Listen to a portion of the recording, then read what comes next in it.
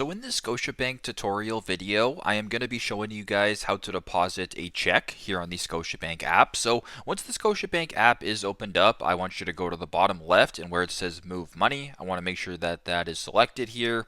Once you're here under payments and transfers, just scroll down to where it says deposit a check. Take a picture of your check to deposit. I want you to go ahead and select that one. Now once you're here at Deposit a Cheque, you can select the account that you want to deposit to. So in this case, it would be going to my checking account. You can type in the amount of the check, so make sure you guys do the exact amount.